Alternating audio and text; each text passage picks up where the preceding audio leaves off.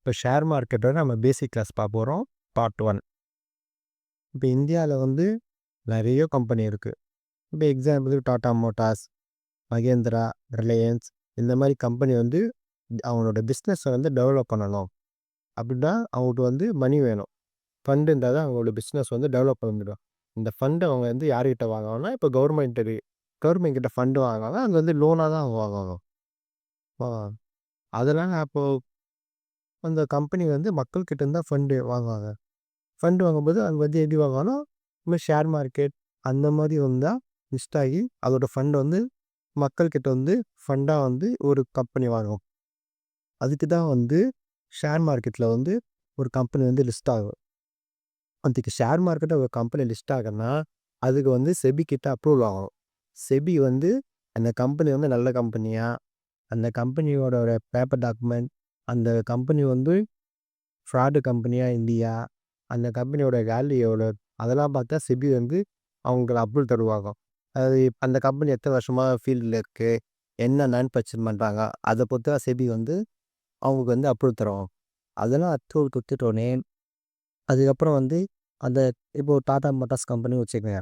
அந்த கம்பெனி வந்து ஃபஸ்ட்டு வந்து ஷேர் மார்க்கெட்டில் லிஸ்ட் ஆகிறதுக்கு முன்னாடி ஐபிஓ மாதிரி தான் வந்து ஃபஸ்ட்டு வந்து இதுவாகும், அப்ளை பண்ணுற மாதிரி வரும். அந்த ஐபிஓ வந்து அப்ளை பண்ணுற மாதிரினா அதுக்கான ஒரு டேட் கொடுப்பாங்க. இப்போ ஓப்பன் டேட்டையும் ஒன்று கொடுப்பாங்க. அது ஒன்றுலேருந்து ஒரு 4 டேஸ் இருக்கும். அந்த 4 டேஸ்க்குள்ளே நம்மளுக்கு எப்போ வேணுமோ அந்த 4 டேஸை நம்ம எப்போ வேணால் அந்த ஐபிஓ வந்து அப்ளை பண்ணுற மாதிரி இருக்கும். அதுக்கான க்ளோசிங் டேட்டும் ஒரு டேட் இருக்கும். அது இந்த 4 டேஸ் முடிஞ்சிட்டோன்னே க்ளோஸ் ஆகிடும். அப்போது அந்த ஐபிஓ நம்ம அப்ளை பண்ணணுமா, இப்போ இப்போ யாருக்கு அந்த ஐபிஓ வேணும், இப்போ நல்ல கம்பெனினா வந்து எல்லாருமே அப்ளை பண்ணுவாங்க. இப்போ இப்போ அதோட ப்ராஃபிட் அதை வச்சு தான் வந்து ஒரு கம்பெனி வந்து நல்ல கம்பெனியா இல்லையா, அதோட ரெவென்யூ, அதோட அதோட ப்ராஃபிட் வந்து ஏழு ஏழு இன்க்ரீஸ் ஆகுதா இல்லையா, அதை வச்சு தான் வந்து நிறைய பேர் வந்து அப்ளை பண்ணணும் ஐபிஓக்கு. இப்போ ஐபிஓ அப்ளை பண்ணும்போது இப்போது டாடா மோட்டார்ஸ்னு வச்சுங்க, அதோட ஒரு ஷேர் வந்து ₹200. ஐபிஓ ஸ்டார்டிங்கில் வந்து ₹200 வருதுன்னா அது வந்து நம்ம ஒரு ஷேராக நம்மளால் வாங்க முடியாது. நம்மளால் ஒரு லாட்டாக தான் வாங்க முடியும். ஒரு லாட்டானா ஒரு கம்பெனி வந்து ஒரு கம்பெனி 14,000 to 15,000க்கு ஒரு அமௌண்ட் ஃபிக்ஸ் பண்ணுவாங்க. அதுக்குள்ளே அந்த கம்பெனியோட வேல்யூ வந்து இப்போ 200 ஷேர்ஸ். இப்போ டாடா மோட்டார்ஸோட வேல்யூ வந்து ₹200ன்னு ஃபிக்ஸ் பண்ணுறாங்கன்னு வச்சுக்கோங்க. அது வந்து நம்ம 15,000க்கு நம்ம எத்தனை ஷேர்ஸ் வாங்கலாம், 75 ஷேர்ஸ் வாங்கலாம் ஒரு லாட்டுக்கு. ஒரு லாட்டுக்கு 75 ஷேர்ஸ் 15,000. அந்த மாதிரி தான் நம்மளால் வந்து ஒரு ஐபிஓக்கு நம்ம அப்ளை பண்ண முடியும்.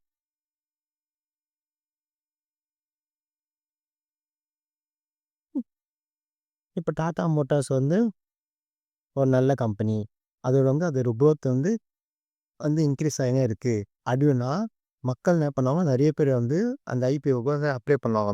அதோட ஐபிஓ வந்து அப்ளை பண்ணும்போது எவ்வளோ பேர் அப்ளை பண்ணுறாங்களோ அது ஏற்ற மாதிரி அதோட அதோட வேல்யூவும் இன்க்ரீஸ் ஆகுது. ₹200 இருக்குன்னா ஸ்டார்டிங்கில், இப்போது அந்த 4 டேஸ்க்குள்ளே எவ்வளோ பேர் அப்ளை பண்ணுறாங்களோ அது ஏற்ற மாதிரி கிரே மார்க்கெட் ப்ரீமியம் இருக்குது. அது வந்து மார்க்கெட் லிஸ்ட் ஆகிறதுக்கு முன்னாடியே அந்த கம்பெனியோட வேல்யூ, அந்த கம்பெனியோட ப்ராஃபிட், அந்த கம்பெனியோட பிஇ ரேஷியோ அதெல்லாம் வச்சு அதோட ஜிஎம்பி கிரே மார்க்கெட் ப்ரீமியம்காக வந்து முன்னாடியே வந்துடும். அது லிஸ்ட் ஆகிறதுக்கு முன்னாடியே அது ஜிஎம்பின்னு வந்துடும். அது வந்து ஒரு 50% மார்க்கெட் லிஸ்ட் ஆகிறதுக்கு முன்னாடி ஒரு 50% வந்து ப்ராஃபிட் அதுன்னா, இப்போ அந்த 4 டேஸ் எவ்வளோ பேர் அப்ளை பண்ணுறாங்களோ அது ஏற்ற மாதிரி கிரே மார்க்கெட் ப்ரீமியமும் இன்க்ரீஸ் ஆகும். இப்போ ஒரு டாடா மோட்டார்ஸ் கம்பெனி வந்து நல்ல கம்பெனி. ஸோ அது வந்து ₹200 வந்து அப்ளை பண்ணலாம். அப்ளை பண்ணும்போது அது வந்து லிஸ்ட் ஆகுது. இப்போது க்ளோசிங் டேட்டு க்ளோஸ் ஆகிடுச்சு. அப்புறம் ஒரு 3 டேஸ் கழிச்சு அலாட்மெண்ட் டேட்டுன்னு அர்த்தம். அலாட்மெண்ட் அப்போ இப்போது நான் வந்து அப்ளை பண்ணிக்கிறேன்னா அந்த ஷேர் எனக்கு அலாட்மெண்ட் ஆயிடுச்சுன்னா வெப்சைட்டில் போய்ட்டு ஒன்று மெயில் வரும், இல்லைன்னா வெப்சைட்டில் போட்டு நான் செக் பண்ணுவேன். செக் பண்ணி எனக்கு வந்து அந்த டாடா மோட்டார்ஸோட ஷேர் வந்து அலாட்மெண்ட் ஆயிடுச்சுன்னா எனக்கு வந்து அடுத்த ஒரு 2 டேஸ் வந்து லிஸ்டிங் டேட்னு இருக்கும். அந்த லிஸ்டிங் டேட் அப்போது அது வந்து அந்த டாடா மோட்டார் ஷேர் வந்து இப்போ வந்து மார்க்கெட்டில் வந்து அன்றைக்கி அந்த டேட் அப்போ லிஸ்ட் ஆகும். லிஸ்ட் ஆகும்போது எவ்வளோ பேர் அப்ளை பண்ணிக்கிறாங்களோ அதோட வேல்யூ கொடுத்து அது வந்து இப்போ ஒரு ஷேரோட ருப்பீஸ் இப்போ 400 லிஸ்ட் ஆகுதுன்னா, அது வந்து மார்க்கெட்டில் வந்து நம்ம இந்த 400 லிஸ்ட் ஆகுதுன்னு வச்சுக்கோங்க. நம்மளுக்கு வந்து ஒரு ஷேரோட வேல்யூ வந்து 200 இருக்கும்போது, அது லிஸ்ட் ஆகும்போது 400. இப்போ நம்ம கேபிட்டல் 15,000 அது நம்மளுக்கு ப்ராஃபிட் வந்து அது டபுள் ஆகுதுல்ல. அதுமாரி நம்ம ப்ராஃபிட் வந்து 50,000 வரும். நம்ம கேபிட்டலோட 2x அதிகமாக இருக்கும். 15,000 இருக்கும். இதுவே இப்போ நம்ம அந்த ஷேரை வந்து நம்ம வித்துடலாம். என்ன டாடா மோட்டார்ஸ் கம்பெனி ஒரு நல்ல கம்பெனி. அதனால் நம்ம வந்து ஒரு 2 இயர்ஸ் நம்ம வெயிட் பண்ணுவோம். நம்ம வந்து ஹோல்டு பண்ணுவோம். அப்படின்னா நம்ம ஹோல்டு பண்ணலாம்.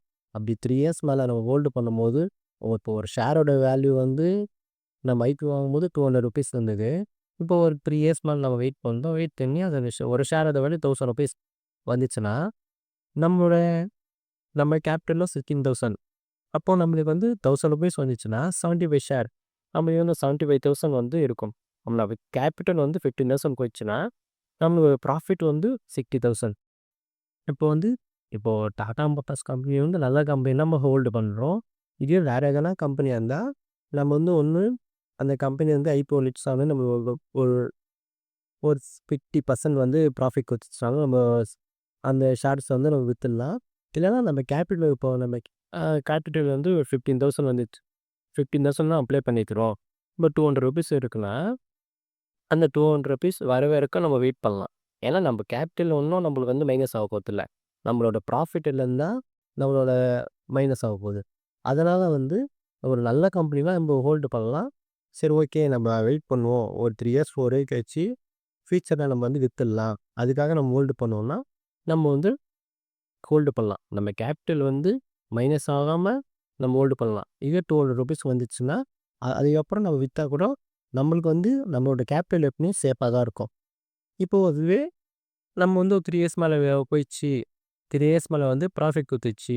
இப்போ ₹200 இருக்கிறது வந்து இப்போ ₹1000 குத்துச்சுன்னா, நம்மளுக்கு வந்து 60,000 ப்ராஃபிட் இல்லை. அதெல்லாம் வந்து ஒரு ஐபிஓ வந்து நல்ல கம்பெனியாக தான் நம்ம வந்து ஒரு 3 இயர்ஸ் இருந்தாலும் போய்க்கலாம் நம்ம ஹோல்டு பண்ணலாம். இதுவே ஒரு வந்து நார்மலான கம்பெனி அப்படின்னா, நம்ம வந்து அது வருஷம் வருஷம் அதோட ப்ராஃபிட் வந்து இன்க்ரீஸ் ஆகாமல் நார்மலாக இருக்குன்னா, நம்ம வந்து எப்போ நம்மளுக்கு ப்ராஃபிட்டாக இருக்கோ, அப்போ வந்து நம்ம அந்த கம்பெனியோட ஷேர்ஸை வந்து சேல்ஸ் பண்ணிடலாம். இது வந்து ஐபிஓ வந்து லிஸ்ட் ஆகும்போது வந்து இது இப்போ நம்ம நெக்ஸ்ட் வீடியோவில் வந்து ஐபிஓ வந்து எப்படி நம்ம பார்க்கலாம். அந்த ஐபிஓட என்னென்ன எதை வச்சு நம்ம வந்து ஐபிஓ வந்து நல்ல கம்பெனி இல்லை இந்த ஐபிஓ அப்ளை பண்ணலாம். அப்புறம் அதோட கிரே மார்க்கெட் ப்ரீமியம் என்ன, அதோட பிஇ ரேஷியோ எவ்வளோ, அதோட ப்ராஃபிட் எவ்வளோ, அதோட ரெவென்யூ, அதோடைய கேபிட்டல் எவ்வளோன்ட்டு நெக்ஸ்ட் வீடியோவில் வந்து நம்ம வந்து அதை பற்றி ஃபுல்லாக பார்க்கலாம்.